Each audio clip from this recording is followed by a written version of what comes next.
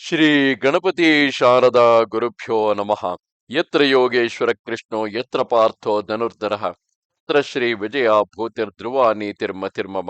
ಶ್ರೋತೃಗಳಿಗೆ ಶ್ರೀ ಅಳಸಿಂಗರಾಚಾರ್ಯ ವಿರಚಿತ ಶ್ರೀ ವ್ಯಾಸ ಮಹರ್ಷಿ ಪ್ರಣೀತ ಶ್ರೀಮನ್ ಮಹಾಭಾರತದ ಉದ್ಯೋಗ ಪರ್ವದಲ್ಲಿ ಶ್ರೀಕೃಷ್ಣನು ವಿದುರನ ಮಾತನ್ನು ಶ್ಲಾಘಿಸಿ ತಾನು ಬಂದ ನಿಜವಾದ ಕಾರಣವನ್ನು ತಿಳಿಸಿದುದು ಎಂಬ 93ನೇ ಅಧ್ಯಾಯಕ್ಕೆ ಸ್ವಾಗತ. ಜನಮೇಜಯ ರಾಜ, ಕೇಳು. ಬಹಳ ವಿನಯಪೂರ್ವಕವಾಗಿ ವಿದುರನು ಹೇಳಿದ ಮಾತನ್ನು ಕೇಳಿ ಕೃಷ್ಣನು ಮಧುರವಾದ ಮಾತಿನಿಂದ ಅವನನ್ನು ಕುರಿತು, ವಿದುರ, ನೀನು ಹೇಳಿದುದೆಲ್ಲ ನ್ಯಾಯವೇ. ಮಹಾಪ್ರಾಜ್ಞನು ಬುದ್ಧಿವಂತನೂ ಆದವನು ಹೇಳತಕ್ಕ ಮಾತುಗಳನ್ನೇ ನೀನು ಹೇಳಿರುವೆ. ನಿನ್ನಂತಹ ಸಾಧುವು ನನ್ನಂತಹ ಮಿತ್ರನಿಗೆ ಹೇಗೆ ಹೇಳಬೇಕು ಅದರಂತೆಯೇ ನೀನು ಹೇಳಿರುವೆ. ಮತ್ತು ನಿನ್ನ ಗುಣಕ್ಕೆ ಕಂತೆ ಧರ್ಮಾರ್ಥಯುಕ್ತವೂ ಸತ್ಯವೂ ಆದ ಮಾತನ್ನೇ ನೀನಾಡಿದೆ. ತಂದೆ ತಾಯಿಗಳು ತಮ್ಮ ಮಕ್ಕಳಿಗೆ ಎಂತಹ ಹಿತವಾದವನ್ನು ಹೇಳುವರೋ ಅಂತಹ ಮಾತುಗಳನ್ನು ನೀನು ನನಗೆ ಹೇಳಿದೆ. ನೀನು ಹೇಳಿದುದೆಲ್ಲ ಸತ್ಯವೂ ಕಾಲೋಚಿತವೂ ಯುಕ್ತವೂ ಆಗಿದೆ ಎಂಬುದರಲ್ಲಿ ಏನೂ ಸಂದೇಹವಿಲ್ಲ. ಆದರೆ ವಿದುರ, ನಾನು ಇಲ್ಲಿಗೆ ಬಂದ ಕಾರಣವೇನೆಂಬುದನ್ನು ಹೇಳುವೆನು. ಸಾವಧಾನವಾಗಿ ಕೇಳು. ಆ ಧೃತರಾಷ್ಟ್ರ ಪುತ್ರನ ದುಷ್ಟ ಸ್ವಭಾವವನ್ನು, ಅನೇಕ ರಾಜರಿಗೆ ನನ್ನಲ್ಲಿರುವ ವೈರವನ್ನು, ಇದನ್ನೆಲ್ಲ ನಾನು ಚೆನ್ನಾಗಿ ತಿಳಿದೇ ಇರುವೆನು. ಹಾಗಿದ್ದರೂ ನಾನು ಈ ಕೌರವರಲ್ಲಿಗೆ ಬಂದ ಕಾರಣವೇ ಬೇರೆ. ಮುಂದೆ ಬರುವ ಯುದ್ಧವಾದರೂ ಸರ್ವನಾಶಕ್ಕೆ ಕಾರಣವಾದುದು. ರಥ, ಗಜ, ತುರಗ, ಪದಾತಿಗಳಿಂದ ಸಮೃದ್ಧವಾದ ಸಮಸ್ತ ಭೂಮಿಯು ಈಗ ಮೃತ್ಯು ಪಾಶಕ್ಕೆ ಸಿಕ್ಕಿಬಿದ್ದಿದೆ. ಈಗ ಮೃತ್ಯುವಿನ ಬಾಯಿಂದ ಅದನ್ನು ತಪ್ಪಿಸುವವರು ಎಣೆಯಿಲ್ಲದ ಧರ್ಮಕ್ಕೆ ಭಾಗಿಯಾಗುವನು. ಧರ್ಮ ಕಾರ್ಯವಾದರೂ ಆ ಪ್ರಯತ್ನವು ಫಲಿಸುವ ಹಾಗಿದ್ದರಲ್ಲವೇ ಅದಕ್ಕೆ ಕೈಯಿಕ್ಕಬೇಕು ಎಂದು ನೀನು ಕೇಳಬಹುದು. ಧರ್ಮ ಕಾರ್ಯವೆಂದು ತಿಳಿದ ಮೇಲೆ ತನ್ನಿಂದಾದಷ್ಟು ಪ್ರಯತ್ನಿಸಬೇಕಾದುದು ಮನುಷ್ಯನ ಕರ್ತವ್ಯವು. ಅದರಲ್ಲಿ ಅವನು ಒಂದು ವೇಳೆ ಸಿದ್ಧಿಯನ್ನು ಪಡೆಯದಿದ್ದರೂ ಅವನಿಗೆ ಆ ಪುಣ್ಯ ಉಂಟು ಎಂಬುದರಲ್ಲಿ ಸಂದೇಹವಿಲ್ಲ. ಇದೇ ವಿಧವಾಗಿ ಒಬ್ಬನು ಮನಸ್ಸಿನಲ್ಲಿ ಒಂದು ಪಾಪ ಕಾರ್ಯವನ್ನು ಆಲೋಚಿಸಿ ಕಾರ್ಯತಃ ಅದನ್ನು ನಡೆಸದಿದ್ದರೂ ಅವನು ಆ ಪಾಪದ ಫಲವನ್ನು ಹೊಂದುವನೆಂದು ಧರ್ಮಜ್ಞರು ಹೇಳಿರುವರು. ಆದುದರಿಂದ ಈಗ ನಾನು ಮುಂದೆ ಯುದ್ಧದಲ್ಲಿ ಸಾಯಲಿಕ್ಕಿರುವ ಕೌರವರ ಮತ್ತು ಸಂಜಯರ ಕ್ಷೇಮಕ್ಕಾಗಿ ಶಾಂತಿಯನ್ನುಂಟು ಮಾಡುವುದಕ್ಕೆ ನಿರ್ವಂಚನೆಯಿಂದ ಪ್ರಯತ್ನಿಸುವೆನು. ಕೌರವರಿಗೆ ಈಗ ಒದಗಿರುವ ಘೋರವಾದ ಮಹಾ ವಿಪತ್ತು ಕರ್ಣ, ದುರ್ಯೋಧನ ಇಬ್ಬರಿಂದ ಅಂಕುರಿಸಿದೆ. ಅವರ ಸಂಬಂಧದಿಂದ ಇತರ ಕ್ಷತ್ರಿಯರೆಲ್ಲರೂ ಈಗ ಮೃತ್ಯುವಿನ ಬಾಯಲ್ಲಿ ಬೀಳುತ್ತಿರುವರು.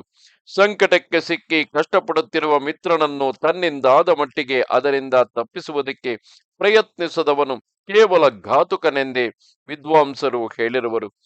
ತನ್ನ ಮಿತ್ರನು ಅಕಾರ್ಯಕ್ಕೆ ಪ್ರಯತ್ನಿಸಿದಾಗ ಅವನ ಜುಟ್ಟನ್ನು ಹಿಡಿದು ಎಳೆದಾದರೂ ಅದರಿಂದ ತಪ್ಪಿಸಬೇಕಾದುದೇ ಮಿತ್ರ ಧರ್ಮವು.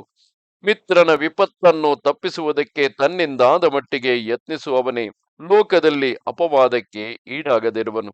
ಆದುದರಿಂದ ವಿದುರ, ಆ ಧಾರ್ತ್ರ ರಾಷ್ಟ್ರನ ಕ್ಷೇಮ ಚಿಂತೆಗೆ ನಾವೆಲ್ಲರೂ ಭಾಗಿಗಳಾದುದರಿಂದ ಧರ್ಮಾರ್ಥಯುಕ್ತವಾಗಿಯೂ ಹಿತವಾಗಿಯೂ ಇರುವ ಮಾತುಗಳನ್ನು ಅವನಿಗೂ ಅವನ ಮಂತ್ರಿಗಳಿಗೂ ನಾವು ಹೇಳಿ ಬರಬೇಕಾದುದೇ ಉಚಿತವು.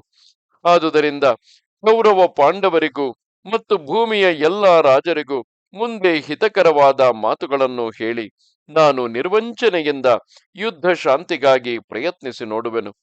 ನಾನು ಅವನ ಹಿತಕ್ಕೆ ಹೇಳಿದರೂ ಆ ದುರ್ಯೋಧನನು ನನ್ನಲ್ಲಿ ನಂಬಿಕೆಯಿಲ್ಲದೆ ಸಂದೇಹ ಪಡುವವನಾದರೆ ಹೋಗಲಿ. ನನ್ನ ಮನಸ್ಸಿಗಾದರೂ ಅದರಿಂದ ತೃಪ್ತಿಯುಂಟಲ್ಲವೇ? ಅಲ್ಲದೆ ನಮ್ಮ ಸಾಲವನ್ನು ನಾವು ಕಳೆದುಕೊಂಡಂತಾಗುವುದು. ಜ್ಞಾತಿಗಳಲ್ಲಿ ಕಲಹವೆದ್ದಾಗ ಯಾವ ಮಿತ್ರನು ತನ್ನ ಸರ್ವ ಪ್ರಯತ್ನದಿಂದಲೂ ಅದನ್ನು ತಪ್ಪಿಸುವುದಕ್ಕಾಗಿ ಮಧ್ಯಸ್ಥಿಕೆಯನ್ನು ನಡೆಸುವುದಿಲ್ಲವೋ ಅಂಥವನು ಮಿತ್ರನೇ ಅಲ್ಲವೆಂದು ತಿಳಿದವರು ಹೇಳುವರು. ಆ ದುರ್ಯೋಧನನು ಯಾರ ಮಾತನ್ನು ಕೇಳುವ ಹಾಗಿಲ್ಲವೆಂಬುದಕ್ಕಾಗಿ ಈಗ ನಾವು ಸುಮ್ಮನಿದ್ದರೆ ಮುಂದೆ ಧರ್ಮ ಬುದ್ಧಿ ಇಲ್ಲದ ದುಷ್ಟರು, ವಿವೇಕ ಜ್ಞಾನವಿಲ್ಲದ ಮೂಢರು, ಮೊದಲೇ ನನ್ನನ್ನು ಕಂಡರೆ ಸೇರದವರು ನನ್ನ ಮೇಲೆ ಅಪವಾದವನ್ನು ಹೊರಿಸುವರು. ಕೃಷ್ಣನು ಶಕ್ತನಾಗಿದ್ದರು ಕೌರವ ಪಾಂಡವರ ಕೊಲೆಯನ್ನು ತಪ್ಪಿಸದೆ ಸುಮ್ಮನಿದ್ದನೆಂದು ನಿಂದಿಸುವರು. ಆದುದರಿಂದ ಉಭಯ ಪಕ್ಷದವರ ಕ್ಷೇಮವನ್ನು ಉದ್ದೇಶಿಸಿಯೇ ನಾನು ಇಲ್ಲಿಗೆ ಬಂದಿರುವೆನು. ನಾನು ಇದಕ್ಕಾಗಿ ಮಾಡಬೇಕಾದ ಪ್ರಯತ್ನವನ್ನು ಮಾಡಿಬಿಟ್ಟರೆ ಫಲವು ಹೇಗಾದರೂ ಆಗಲಿ, ನನ್ನ ಮೇಲಿನ ಅಪವಾದವು ತಪ್ಪುವುದು. ನನ್ನ ಹಿತವಾದವನ್ನು ಕೇಳದೆ ಆ ಧೃತರಾಷ್ಟ್ರ ಪುತ್ರನು ತನ್ನ ಅಲ್ಪ ಬುದ್ಧಿಯನ್ನೇ ಹಿಡಿಯುವುದಾದರೆ ಆಗ ಅವನ ಹಣೆ ಬರಹದಂತೆಯೇ ನಡೆಯುವುದು ಇದ್ದೇ ಇದೆ. ಹೊತ್ತಲಾಗಿ ಪಾಂಡವರ ಪ್ರಯೋಜನಕ್ಕೆ ಲೋಪವು ಬಾರದಂತೆ ಕೌರವರಿಗೂ ಅವರಿಗೂ ಸಮಾಧಾನವನ್ನು ಮಾಡಬೇಕೆಂಬ ನನ್ನ ಪ್ರಯತ್ನವು ಕೈಗೂಡಿದರೆ ನನ್ನ ಚರಿತ್ರವು ಪವಿತ್ರವೆನಿಸುವುದು. ಕೌರವರು ಮೃತ್ಯುಪಾಶದಿಂದ ಮುಕ್ತರಾಗುವರು.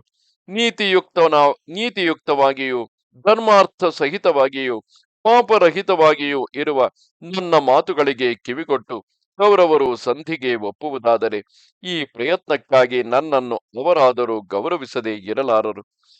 ವಿದುರ, ಈ ಸಂದರ್ಭದಲ್ಲಿ ಅವರು ನನಗೇನಾದರೂ ಹಾನಿಯನ್ನು ಉಂಟು ಮಾಡುವರೆಂದು ನೀನು ಭಯಪಡಬೇಕಾದುದಿಲ್ಲ.